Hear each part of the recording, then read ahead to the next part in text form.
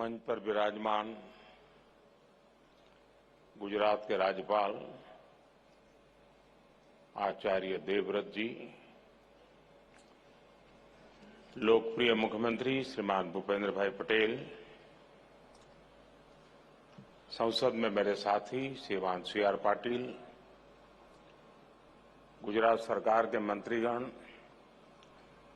उद्योग जगत के सभी वरिष्ठ साथी,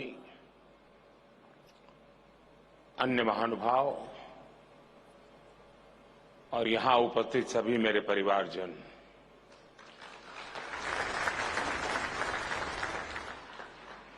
20 साल पहले हमने एक छोटा सा बीज बोया था। आज वो इतना विशाल और बृहद वाइब्रेंट वटवृक्ष बन गया है।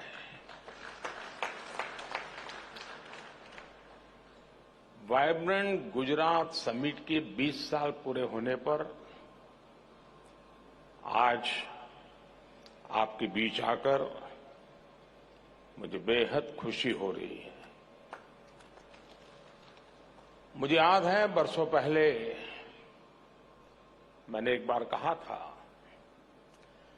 वाइब्रेंट गुजरात ये सिर्फ ब्रांडिंग का आयोजन भर नहीं है, बल्कि इससे बढ़कर बॉन्डिंग का आयोजन है।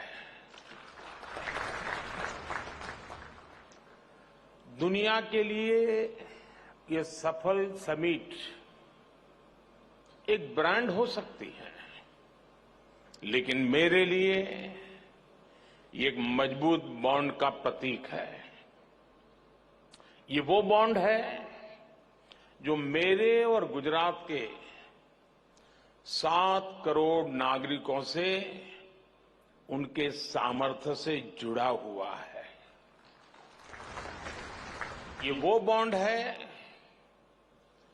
जो मेरे लिए उनके असीम स्नेह पर आधारित है। साथियों, आज मुझे स्वामी विवेकानंद जी की भी एक बात याद आ रही है। स्वामी विवेकानंद जी ने कहा था कि हर काम को 3 चरणों से गुजरना पड़ता है। पहले लोग उसका उपहास उड़ाते हैं, फिर उसका विरोध करते हैं और फिर उसे स्वीकार कर लेते हैं। और खासकर तब जब वो आइडिया उस समय से आगे का हो। 20 वर्ष एक लंबा कालखंड होता है। आज की जनरेशन के युवा साथियों को पता भी नहीं होगा कि 2001 में आए भीषण भूकंप के बाद गुजरात की स्थिति क्या थी। भूकंप से भी पहले गुजरात लंबे समय तक अकाल की भयंकर स्थिति से जूझ रहा था। इसके बाद जो भूकंप आया, उसमें हजारों लोगों की मौत हो गई, लाखों लोग इससे प्रभावित हुए, उन्हें अपना घर छोड़ना पड़ा। अकाल और भूकंप के अलावा उसी समय गुजरात में एक और बड़ी घटना हुई। Madhavpura mercantile cooperative bank collapse हो गया। इसकी वजह से 133 और कोऑपरेटिव बैंक में ये तूफान छा गया। पूरे गुजरात के आर्थिक जीवन में हाहाकार मचा हुआ था। एक तरह से गुजरात का फाइनेंशियल सेक्टर संकट में आ गया था। उस समय मैं पहली बार विधायक बना था। मेरे लिए यह भूमिका भी नई थी। शासन चलाने का कोई अनुभव नहीं था, लेकिन चुनौती बहुत बड़ी थी। इस बीच एक और घटना घट गई। गोधरा की हृदय विदारक घटना हुई और उसके बाद की परिस्थितियों में गुजरात हिंसा की आग में जल उठा। ऐसे विकट हाल की शायद किसी ने कल्पना की होगी। मुख्यमंत्री के तौर पर भले उस समय मेरे पास ज्यादा अनुभव नहीं था, लेकिन मेरा गुजरात पर, अपने गुजरात के लोगों पर अटूट भरोसा था। हालांकि जो लोग एजेंडा लेकर चलते हैं वो उस समय भी घटनाओं का अपने तरीके से एनालिसिस करने में जुटे हुए थे। ये कहा गया कि गुजरात से युवा, गुजरात से उद्योग, गुजरात से व्यापारी सब बाहर चले जाएंगे, पलायन कर जाएंगे और गुजरात तो ऐसा बर्बाद होगा, ऐसा बर्बाद होगा कि देश के लिए बहुत बड़ा बोझ बन जाएगा। दुनिया में गुजरात को बदनाम करने की साजिश रची गई। एक निराशा का माहौल खड़ा करने की कोशिश की गई। कहा गया कि गुजरात कभी भी अपने पैरों पर खड़ा नहीं हो पाएगा। उस संकट में भी मैंने संकल्प लिया कि चाहे परिस्थितियां जैसी भी हो, गुजरात को इससे बाहर निकाल के ही रहूंगा।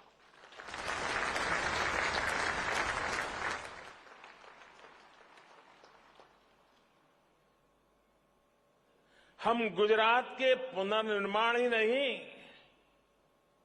बल्कि उसकी आगे की भी सोच रहे थे और इसका एक प्रमुख माध्यम हमने बनाया वाइब्रेंट गुजरात समिट को।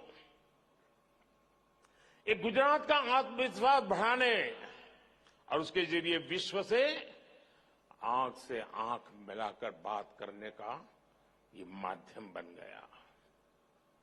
ये गुजरात सरकार की निर्णय प्रक्रिया और फोकस अप्रोच को पूरी दुनिया को दिखाने का एक माध्यम बना। ये गुजरात सहित भारत की औद्योगिक क्षमता को विश्व के समक्ष उजागर करने का माध्यम बना।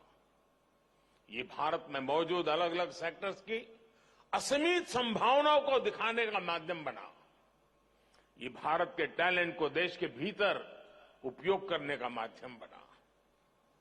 ये भारत की दिव्यता, भव्यता और सांस्कृतिक विरासत को विश्व को दिखाने का एक और माध्यम बन गया। हमने कितनी बारीकी से काम किया उसका उदाहरण वाइब्रेंट गुजरात की टाइमिंग भी है। हमने वाइब्रेंट गुजरात तब जब किया जब गुजरात में नवरात्रि और गरबे की धूम रहती है। हमने इसे गुजरात के औद्योगिक विकास का पर्व बना दिया। साथियों, आज मैं आप सभी को एक और बात याद दिलाना चाहता हूं। 20 साल हो रहे हैं।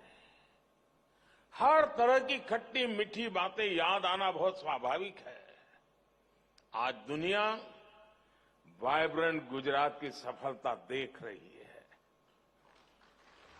लेकिन वाइब्रेंट गुजरात का आयोजन ऐसे माहौल में किया गया जब तब की केंद्र सरकार भी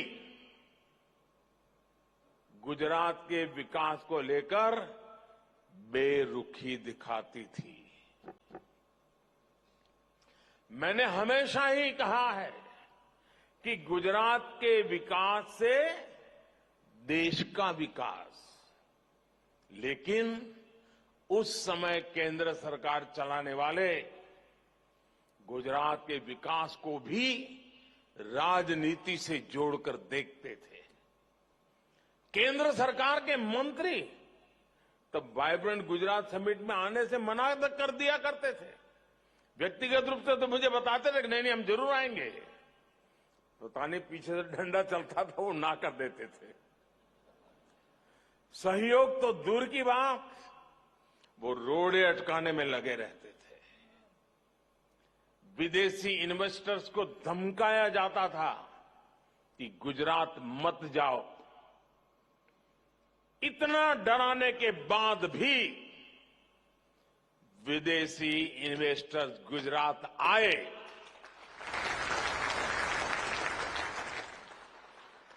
जबकि यहां गुजरात में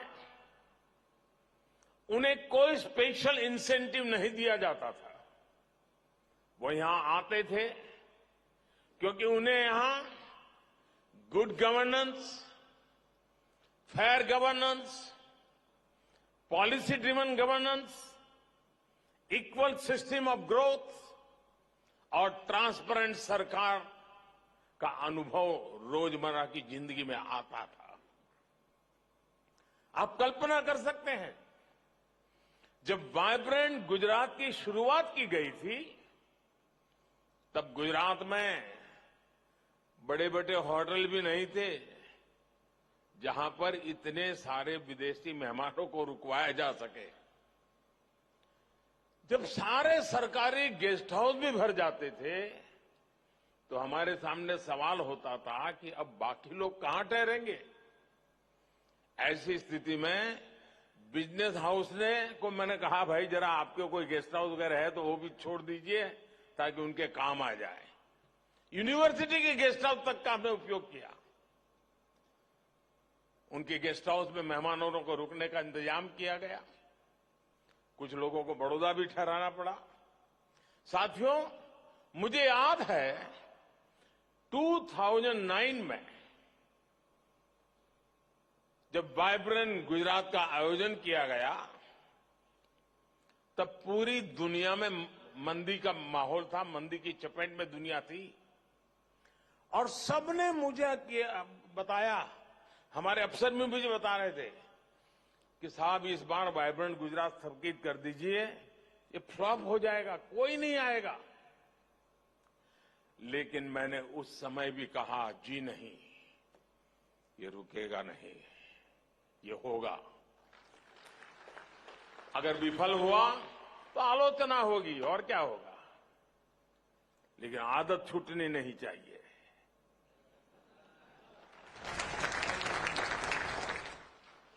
और तब भी वाइब्रेंट गुजरात समिट ने, पूरा विश्व मंदी के दौर में था, लेकिन 2009 के वाइब्रेंट समिट में सफलता का एक और नया अध्याय जुड़ गया। साथियों, वाइब्रेंट गुजरात की सफलता इसकी विकास यात्रा से भी समझी जा सकती है। 2003 में इस समिट से कुछ 100 पार्टिसिपेंट्स और डेलीगेट जुड़े थे। बहुत छोटा सा कार्यक्रम था। आज 40,000 से ज्यादा पार्टिसिपेंट्स और डेलीगेट्स इस समिट में हिस्सा लेने के लिए आना शुरू हुए हैं। 2003 में इस समिट में सिर्फ गिनती भर देशों का पार्टिसिपेशन था।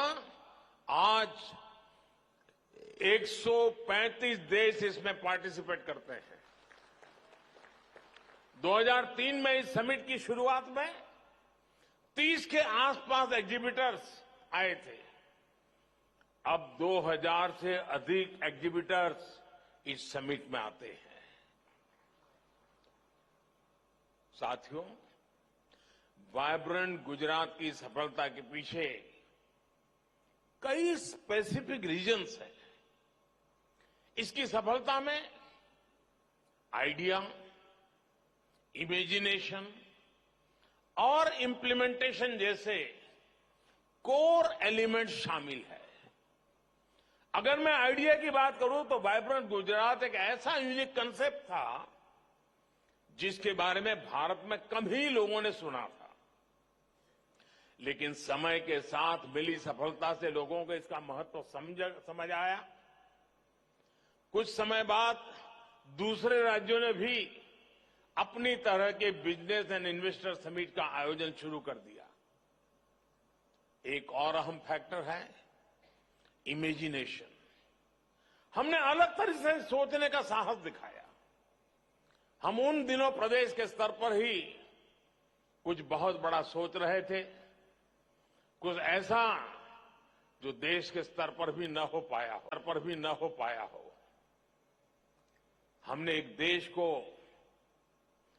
अपना पार्टनर कंट्री बनाने का साहस दिखाया और डेवलप कंट्री को एक छोटा राज्य दुनिया के एक डेवलप कंट्री को पार्टनर कंट्री बना दे, ये सोच भी आज थोड़ा लगता है उस समय जरा कल्पना कीजिए क्या हुआ होगा, लेकिन कर लिया। देश के किसी अकेले राज्य के लिए एक बहुत बड़ी बात थी।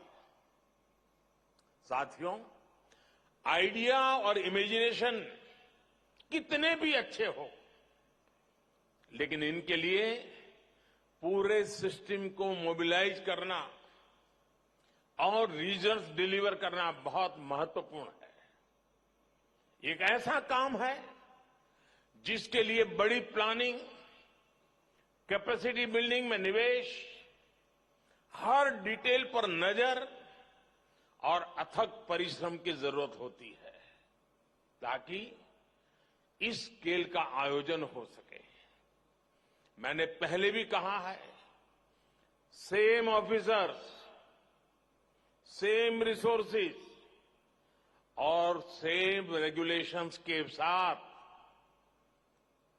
हमने कुछ ऐसा किया जिसके बारे में कभी किसी ने सोचा नहीं था।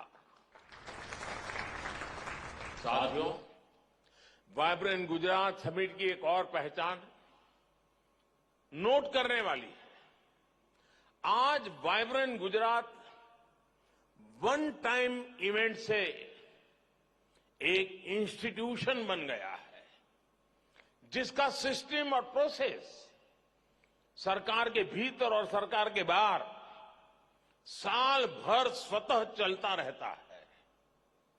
चीफ मिनिस्टर्स बदले, करीब करीब पुराने लीडिंग ऑफिसर तो सारे के सारे रिटायर्ड हो गए।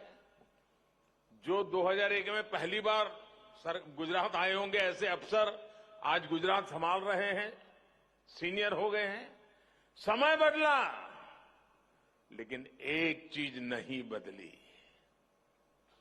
हर बार वाइब्रेंट गुजरात सफलता की नई ऊंचाई तक पहुंचता रहा। ऐसा इसलिए हुआ क्योंकि हमने प्रोसेस को संस्थागत बना दिया। इस सफलता की जो कंसिस्टेंसी है, उसके लिए यही ताकत इसका आधार है। और इसके लिए इंफ्रास्ट्रक्चर पर भी वैसे ही बल दिया। कहां कभी टागोर हॉल में कार्यक्रम होता था, फिर कभी यहां साइंस सिटी में ही तंबू लगा करके कार्यक्रम किया था, और आज महात्मा मंदिर बन गया। साथियों, जिस भावना के साथ हमने वाइब्रेंट गुजरात समिट को आगे बढ़ाया, वैसा आमतौर पर हमारे देश में बहुत कम देखने को मिलता है। हम ये समिट करते थे तो गुजरात में, लेकिन हम इसके जरिए हर राज्य को लाभ पहुंचाना चाहते थे। बहुत कम लोग हैं जो हमारी सोच को आज भी समझ पाए हो। वो अपने एक दायरे में सिकुड़ करके बैठे हुए हैं। एक गुजरात का मुख्यमंत्री उस समय देश के मुख्यमंत्रियों को आग्रह करता था कि समिट हो रही है, आप भी अपना झंडा गाड़िए, आप भी अपना स्टॉल लगाइए, आप भी सेमिनार कीजिए। वाइब्रेंट गुजरात समिट में दूसरे राज्यों को भी शामिल होने के लिए अवसर दिया जाता था। हमने राज्यों को इनवाइट किया था, आप भी आइए, अपनी शक्ति इसमें लगाइए, फायदा उठाइए। हमने स्टेट सेमिनार का आयोजन किया जिसमें कई राज्य आते थे, और वाइब्रेंट समिट के दरमियान कहीं पर उड़ीसा का समिट चल रहा है, कहीं तेलुगु समिट चल रहा है, कहीं पर हरियाणा जम्मू कश्मीर का समिट चल रहा है।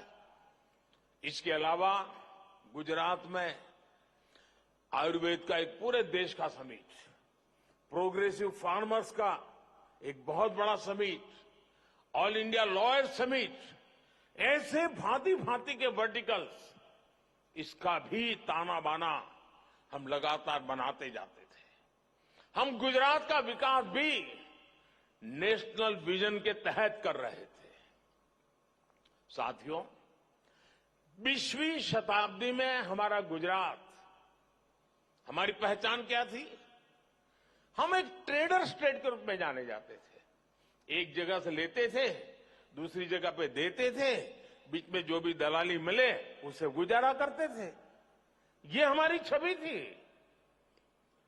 लेकिन 20वीं सदी की उस छवि को छोड़ करके 21वीं सदी में गुजरात ट्रेड के साथ एक एग्रीकल्चर पावर हाउस बना, एक फाइनेंशियल हब बना और एक इंडस्ट्रियल और मैन्युफैक्चरिंग इकोसिस्टम के रूप में उसकी एक नई पहचान बन गई। इसके अलावा गुजरात की ट्रेड बेस्ड रेपुटेशन भी काफी मजबूत हुई। इन सभी के पीछे वाइब्रेंट गुजरात जैसे आयोजनों की सफलता है, जो आइडिया, इनोवेशन और इंडस्ट्रीज के इंक्यूबेटर की तरह काम कर रहा है। हमारे पास पिछले 20 वर्षों के हजारों सक्सेस स्टोरीज और केस स्टडीज है। इफेक्टिव पॉलिसी मेकिंग और एफिशिएंट प्रोजेक्ट इंप्लीमेंटेशन से यह संभव हो सकता है। टेक्सटाइल और एपरल इंडस्ट्रीज के इन्वेस्टमेंट और एम्प्लॉयमेंट अभूतपूर्व बढ़ोतरी हुई है, जिसके कारण हमारा एक्सपोर्ट भी रिकॉर्ड बन रहा है। बीते 2 दशकों में हम अलग अलग सेक्टर्स में नए मुकाम तक पहुंचे हैं। ऑटोमोबाइल सेक्टर में 2001 की तुलना में हमारा निवेश करीब 9 गुना बढ़ा है। हमारे मैन्युफैक्चरिंग आउटपुट में 12 गुना बढ़ोतरी हुई है।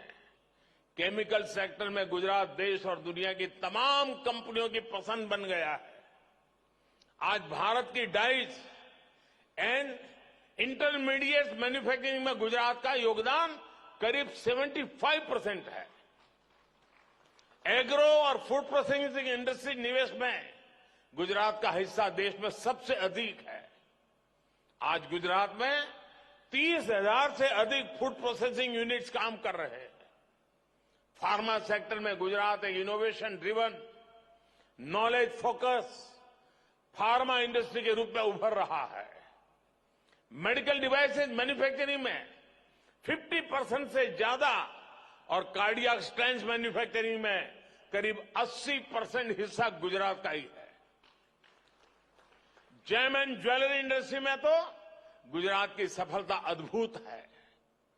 पूरी दुनिया के प्रोसेस डायमंड्स का 70% से ज्यादा हिस्सा गुजरात का है।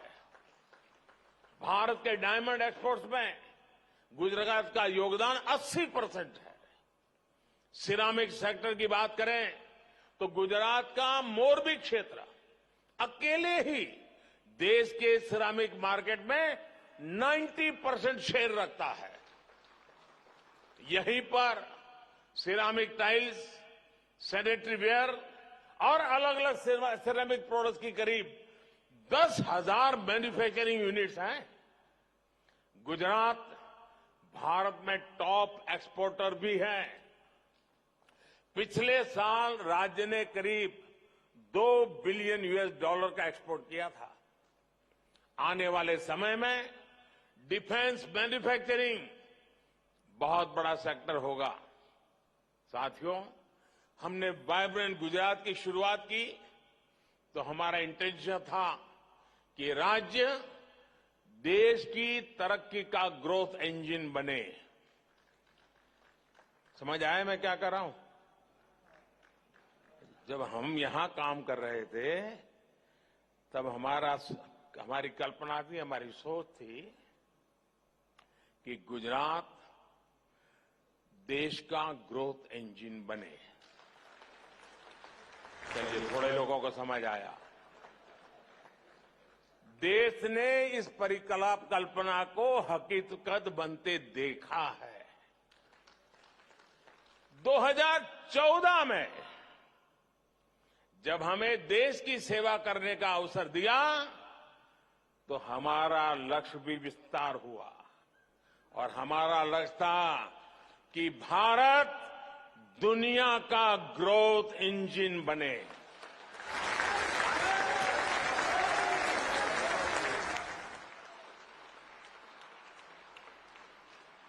आज अंतर्राष्ट्रीय एजेंसियां,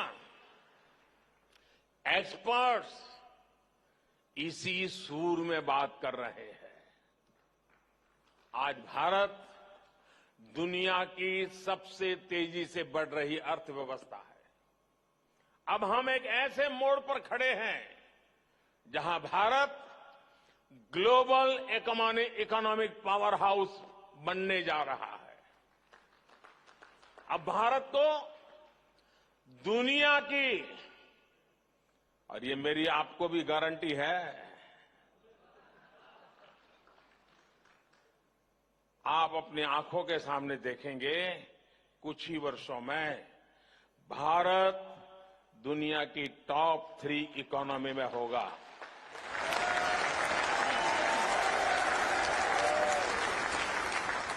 ये मोदी की गारंटी है। इसलिए मैं यहां मौजूद मेहमानों से, भारत के उद्योग जगत से एक अपील भी करना चाहता हूं। आप सभी ऐसे सेक्टर्स के बारे में सोचें जहां पर भारत अपनी नई संभावना बना सकता हो या अपनी स्थिति को और बेहतर कर सकता हो। हमें यह भी सोचना होगा कि वाइब्रेंट गुजरात कैसे इस मिशन को मोमेंटम दे सकता है। जैसे भारत आज दुनिया में सस्टेनेबिलिटी के लिए उस विषय में आज विश्व का नेतृत्व कर रहा है, लीड कर रहा है। हमारे स्टार्टअप इकोसिस्टम को कैसे इस समिट से ज्यादा लाभ मिले, हमें ये भी सोचना होगा। आज एग्रीटेक एक उभरता हुआ क्षेत्र है। फूड प्रोसेसिंग सेक्टर को तेजी से विस्तार हो रहा है। श्री अन्न के बढ़ते उपयोग से हमारा जो मिलेट्स है वो आज दुनिया के बड़े बड़े भोजन समारंभ में डाइनिंग टेबल पर उसकी जगह बन गई है। श्री अन्न के उपयोग से नए अवसर तैयार हो रहे हैं। प्रोसेसिंग, पैकेजिंग, उसमें बदलाव और ग्लोबल मार्केट तक पहुंचना होने की संभावनाएं बहुत नए मौके लेकर के आई है। आज के डीपली कनेक्टेड वर्ल्ड में फाइनेंशियल कोऑपरेशन के इंस्टीट्यूशंस की जरूरत तेजी से बढ़ रही है। गुजरात के पास पहले से ही गिफ्ट सिटी है, जिसकी प्रासंगिकता हर दिन बढ़ रही है। गिफ्ट सिटी में हमारे whole of the government approach का प्रतिबिंब दिखता है। यहां केंद्र, राज्य और आईएफएससी अथॉरिटी मिलकर काम करते हैं ताकि दुनिया का बेस्ट रेगुलेटरी एनवायरनमेंट तैयार हो। हमें इसे globally competitive financial market place बनाने का प्रयास तेज करना चाहिए। इसके लिए हम अपने लार्ज डोमेस्टिक डिमांड का फायदा उठा सकते हैं। वाइब्रेंट गुजरात के सामने ये लक्ष्य है कि वो कैसे गिफ्ट सिटी को और सशक्त करे ताकि इसकी ग्लोबल प्रेजेंस बढ़े।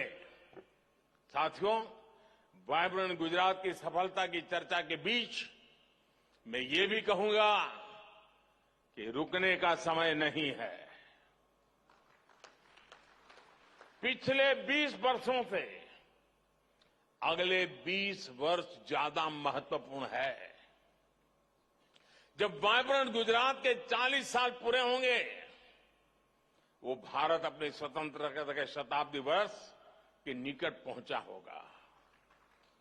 यही समय है जब भारत को एक ऐसा रोड मैप बनाना होगा जो उसे 2047 तक एक विकसित और आत्मनिर्भर राष्ट्र के रूप में हम उसको दुनिया के सामने प्रस्थापित करें। मुझे विश्वास है आप सभी भी इसी दिशा में जरूर कदम उठाएंगे, जरूर आगे आएंगे। अभी वाइब्रेंट समिट तो जनवरी में होने वाली है। राज्य सरकार और यहां के उद्योग जगत के साथी पूरी ताकत से लगे ही भी होंगे, लेकिन मेरे लिए खुशी की बात है कि आज जब आपने मुझे बुलाया तो मैं भी 20 साल छोटा हो गया और पुरानी उस यादों में खो गया। उस भयंकर दिवसों से गुजरात को कैसे निकाला है और आज कहां पहुंचा है।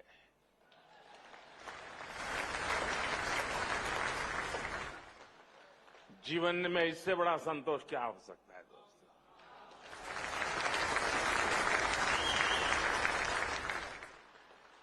मैं फिर एक बार इस 20 साल को याद करने के लिए गुजरात सरकार को बहुत बहुत बधाई देता हूं। मुझे आपके बीच आकर के पुराने दिनों को स्मरण करने का अवसर दिया, मैं बहुत बहुत आभारी हूं। बहुत बहुत धन्यवाद।